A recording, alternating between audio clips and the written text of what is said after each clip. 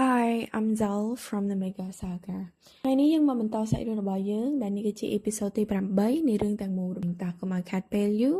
Let's get started មានពេលខ្លះពេលដែលយើងក្រោកពីព្រលឹមមកយើងចាប់ផ្ដើមមានអារម្មណ៍ថាមានអីមិនស្រួលអាចនឹងកើតឡើងដូចអ៊ីជេលើនេះចឹងគាត់ងើបមកក៏មានអារម្មណ៍ថាថ្ងៃនេះអាចនឹងមានរឿងអីមិនល្អមិនខានកាត់មកកាន់ជេដែលទៅតែបើកភ្នែកឡើងមិនទាន់ស្រឡះក្នុងខ្លួនបន្ទប់គាត់ក៏រប៉ាត់រប៉ាយគាត់ក៏ពុតខ្លួនហើយឆ្ងល់ក្នុងខ្លួនឯងថាមានរឿងអីចាស់អង្គួរណាងើបមកមានអារម្មណ៍ថាស្រឡះខ្លួនបែបនេះទេជេក៏ក្រឡេកទៅមើលម៉ោងឬក៏ដឹងថាតាមពិតគាត់គេងខកម៉ោងសោះចឹងតែមិនមានអារម្មណ៍ថាស្រឡះខ្លួនម៉ែព្រោះគេងបានច្រើនជាងមុនគាត់ដឹងគាត់គេងបានតែ2 3ម៉ោងប៉ុន្តែមួយសានេះគាត់គេងបាន5 6ម៉ោងអញ្ចឹងទៅគាត់តែដឹងថាខកភ្លាមជេស្រវេស្រវាងងើបក្រេះបុកអីបុកសិនហើយគាត់សោកអាវចូលខ្លួនហើយចាប់ផ្ដើមសេកសួរអ៊ីនធឺណិតឲ្យមើលរាសីឲ្យខ្លួនឯងនៅក្នុងថ្ងៃនេះហើយ next 2មើលរាសីប្រចាំថ្ងៃមើលរាសីប្រចាំថ្ងៃទីងទូរស័ព្ទចាប់ផ្ដើមលោតរាសីប្រចាំថ្ងៃមកសំបីតែស្លឹកឈើដែលធ្លាក់ចុះមកក៏អាចនាំមកនូវសំណាងអាក្រក់ដែរអញ្ចឹងថ្ងៃនេះត្រូវធ្វើការប្រយ័ត្ននិងយកចិត្តទុកដាក់ឲ្យបានខ្ពស់ចំពោះគ្រប់ការងារដែលលោកអ្នកធ្វើអាចនឹងមានគ្រោះថ្នាក់និងមានការគំរាមកំហែងមួយចំនួនរាយប៉ាយជំនួយខ្លួនលោកអ្នកដែលអាចផ្ដល់ជាហានិភ័យចំពោះខ្លួនឯងលោកអ្នកមិនត្រូវមើលងាយការឡើយត្រូវតែប្រកាសថាលោកអ្នកបានពិនិត្យនិងមើលគ្រប់យ៉ាងម្ដងហើយម្ដងទៀតល្អបំផុតសម្រាប់ថ្ងៃនេះគឺចំណាយពេលវេលារបស់លោកអ្នកដោយមានការប្រុងប្រយ័ត្ននិងស្ងៀមស្ងាត់ជេធ្វើមុខជូរហើយស្រែកថាមិនដឹងថាមើលពីរាសីឬក៏ប្រមានសម្លាប់ទេនេះរាសីក៏បន្តទៀតថានៅពេលថ្ងៃអាចនឹងមានការជួបប្រទះជាមួយមនុស្សដែលស្គាល់គ្នាដ៏រីករាយមួយអញ្ចឹងលោកអ្នកគិតចង់ចេញក្រៅដើម្បីស្រូបខ្យល់អាកាសដែរឬទេជេក៏ឆ្លើយតបវិញថាអើយពិតជាបោបាត់មែនកាច់ចុះកាច់ឡើងច្រើនម៉េះសរុបមករាសីថ្ងៃនេះគឺសម្រាមខាន់ចាប់ថ្ងៃនេះប្រហែលជាពិបាកខ្លាំងណាស់ហើយអញ្ចឹងត្រូវតែប្រយ័ត្នប្រយែងបន្តិចទៅបាននិយាយរួមអេពីសូតនេះអ្នកនិពន្ធគាត់ចិត្តល្អបង្ហាញសាច់ដុំទាំងកង់ហ្មងស្អាតក៏ស្អាតម៉េះកូនប្រុសសាច់រឿងរបស់យើងក៏កាន់មកដល់ថ្ងៃត្រង់ក្នុងហាងស៊ុបរបស់ EJ ទឹង surprise ពិតជាបានជួបមនុស្សដែលធ្លាប់ស្គាល់ដោយរិស័យថាមែនតែនេះមិនមែនជាភាពរីករាយទេវាជាភាពជូរចត់សួស្ដីបងប្រុសខ្ញុំបានទទួលសម្បត្តិដែលបងផ្ញើមកហើយសាយ៉ុងស្ថិតនៅក្នុងឯកសណ្ឋានរបស់គេជាមួយនឹងម៉ាស់ដែលពាក់មិនដែលដោះប្រកាសនៅមុខទ្វាររបស់ EJ លើកដៃក្រវី Hello ដាក់យ៉ាងសង្ហាតែគេសង្ហាមែនណាទទួលស្គាល់ EJ គាំងស្ដោកមនុស្សដែលមិនចង់ជួបមិនចង់ឃើញមិនចង់ឮឥឡូវគេមករកយើងតតែបានសាយ៉ុងបន្ថែមថាថ្ងៃនេះបងពាក់អៀមផ្សេងពណ៌ផ្សេងអញ្ចឹងទៅសមតាបងពាក់អាមួយហ្នឹងសមជាងគេហ្មងជេមិននិយាយអីទាំងអស់តែភ្នែកអាចបកស្រាយគ្រប់យ៉ាងបានពួចមកធ្វើអីនៅហ្នឹងភ្នែករបស់ជេគេនិយាយប្រូវ៉ាន់វូបានលើកដៃរាក់ទាក់ថាសួស្ដីជេងាកមើលទៅអ្នកនៅខាងក្រោយដែលកំពុងសឹកសៀវគ្នាលន់រងំពេញហាងអ្នកខ្លះថាលីសាយ៉ុងចេះម្ហូបអីនៅខាងក្រៅដែរគាត់មិនដែរមកខាងក្រៅទេត្រូវអត់ខាងគាត់ជាមនុស្សដែលតែងតែកិច្ចមិនចូលចិត្តកន្លែងដែលមានមនុស្សច្រើនណាពីមុនមិនអីទេបើនិយាយថាគាត់ទៅញ៉ាំអីនៅខាងក្រៅប៉ុន្តែមិនមកកន្លែងចឹងមានកន្លែងទំនើបនិងប្រណិតច្រើនណាស់មិនក៏មិនទៅតែគាត់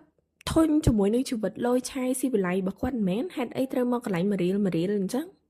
តែអាប៉ែកហ្នឹងទ្រលាប់ធ្វើស្អីខ្លះទៅលោកហើយជេគិតក្នុងចិត្ត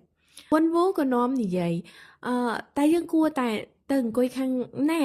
បរិយាកាសដូចអត់ស្រួលសោះអត់ខ្វល់ជាមួយណាទាំងអស់សាយ៉ុងដើរចេញទៅធ្វើពង្ើយរួចគេសម្ដៅទៅតុកកណ្ដាលគេក៏ឲ្យអ្នកអង្គុយនៅទីនោះងើបចេញព្រាតខ្លាចអំណាចបារមីបងអត់ចាំបាច់និយាយអីទាំងអស់ទៅដល់អង្គុយប៉ុកយកដៃមកកពាត់ធ្វើធម្មតាជេស្រែកក្នុងចិត្តថាតើលោកត្រូវតែមកអង្គុយនៅកណ្ដាលហ្នឹងមែនតែខាងក្រៅខំនិយាយធម្មតាលោកតុកអត់ទាន់បានជូតរៀបចំទេតើលោកចង់ទៅអង្គុយកន្លែងផ្សេងដែរអត់ទេសូមសម្អាតធម្មតាទៅខ្ញុំចូលចិត្តកន្លែងនេះអាចមើលទូរទស្សន៍បានស្រួលសាយ៉ុងឆ្លើយតាមរបៀបមិនខ្វល់ជេក៏តែទន្ទិញក្នុងចិត្តថាភ្ញៀវជាស្ដេចរួចតបទៅវិញថាអូបាទមិនអីទេអញ្ចឹងមានអីញ៉ាំខ្លះនៅទីនេះសាយ៉ុងសួរវ៉ាន់វូយកដៃស្ទាបតុកខ្លាចជូតមិនស្អាតជេតបទៅសាយ៉ុងវិញទាំងដៃបោសជូតតុកនៅឡើយយើងមានតែលក់ស៊ុបពៅតែប៉ុណ្ណោះលោកត្រូវហើយដោយសារតែនេះជាហាងស៊ុបវាត្រូវតែមានតែស៊ុបនឹងហើយអាប្រាប់ព្រួយតាំងពីមុនមកម៉េះឥឡូវមកធ្វើសួរទៀតណា វ៉ុនវូដូចរៀងជ្រិញនឹងសាយ៉ុងនិយាយបដាស្លក់បដាអញ្ចឹងណាហើយលោករកស៊ីយ៉ាងម៉េចបានលក់តែស៊ុបមួយមុខគ្មានថែមអីផ្សេងអញ្ចឹងសាយ៉ុងគេណែនាំជេយ៉ាមកណែនាំគេទៀតប្រូជេចាប់ផ្ដើមចេញចំហាយភាយពីក្នុងខ្លួនមករួចប្រាប់គេវិញថា លោកអតិថិជនបើសិនជាលោកមកដើម្បីតែរអ៊ូណែនាំទេសូមមេត្តាចេញចាវ៉ុនវូស្ដារស្ថានភាពទាំងភ្នែកនៅកញ្ចឹងកយើងយកស៊ុប2ចានបាទជេបាយខ្នងចេញហើយនិយាយក្នុងចិត្តតែវ៉ុនវូកុំគិតថាលោកជាមួយខ្ញុំណាខ្ញុំលើកលែងឲ្យសោះអាឡ័យតែខឹងភ្លេចមើលទឹកចាក់តតាហៀមិននឹងខ្លួនជេនៅតែគិតថាទូខ្ញុំមិនពេញចិត្តឬក៏ពេញចិត្តក៏ដោយក៏គេនៅតែជាភ្ញៀវរបស់ខ្ញុំដែរមិនអីទេសម្រួលអារម្មណ៍ផ្លេចចិត្តរបស់ជេមានភាពរឹងមាំអាចទ្រាំទ្រគ្រប់រឿងរ៉ាវបានទាំងអស់ស្រាប់ពេលដែលស៊ុបពុះល្មមគេក៏លើកស៊ុបចេញទៅស៊ុបដែលលោកកំងបានមកដល់ងាប់ងាកជុំវិញខ្លួនមនុស្សសំបីតែម្នាក់ក៏គ្មានសល់ផងចេញពីហាងអលីងជេចាប់ផ្ដើមមួម៉ៅក្នុងចិត្តដោយចំតែប៉ែនេះព្យុះឬក៏មិនលោកព្រះជេក៏លេចមើលទៅខាងក្រៅមានអតិជនពី3នាក់ឈររ៉ែរនៅខាងមុខគេក៏ហៅពួកគេឲ្យចូលមកក្នុងសូមអញ្ជើញចូលមកចោះខ្ញុំរើតុកតែមួយផ្លែតទេ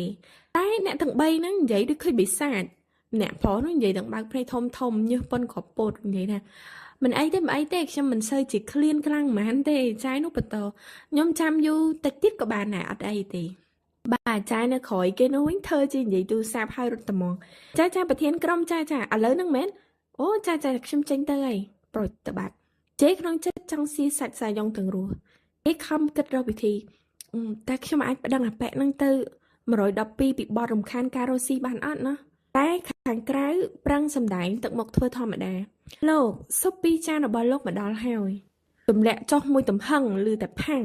មុខញញឹមតែចង់បង្ហាញអារម្មណ៍តាមរយៈចានវ៉ុនវូរអៀសខ្លួនសាយ៉ុងវិញធ្វើធម្មតាដដែលជេសម្លក់សាយ៉ុងហើយគិតថាទោះបីជាលោកត្រូវស្លៀកពាក់ទៅតាមស្ទាយរបស់លោកយ៉ាងណាលោកប្រកាសជាមិនញ៉ាំទាំងពាក់ម៉ាស់នេះទេត្រូវអត់តែមើលមកដែលគ្មានគេខ្មាស់របស់លោកនឹងវាមានរូបរាងបែបម៉េចសាយ៉ុងដូចចិត្តគេរៀបចំដោះម៉ាស់របស់គេគ្រាន់តែទាញម៉ាស់ចេញលេចមុខដល់សង្ហារបស់គេមកគេក៏សើចរបៀបខលដាក់ជេហើយនិយាយទៅកាន់គាត់ថា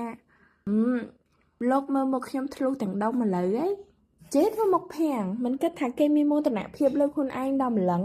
ជេងាកខ្លួនបែរចេញវឹបអត់ខ្វល់ទុកឲ្យសាយ៉ុងហ្នឹងកកតែធ្វើជាសើចញឹមដើម្បីបន្លប់ខ្លួនឯង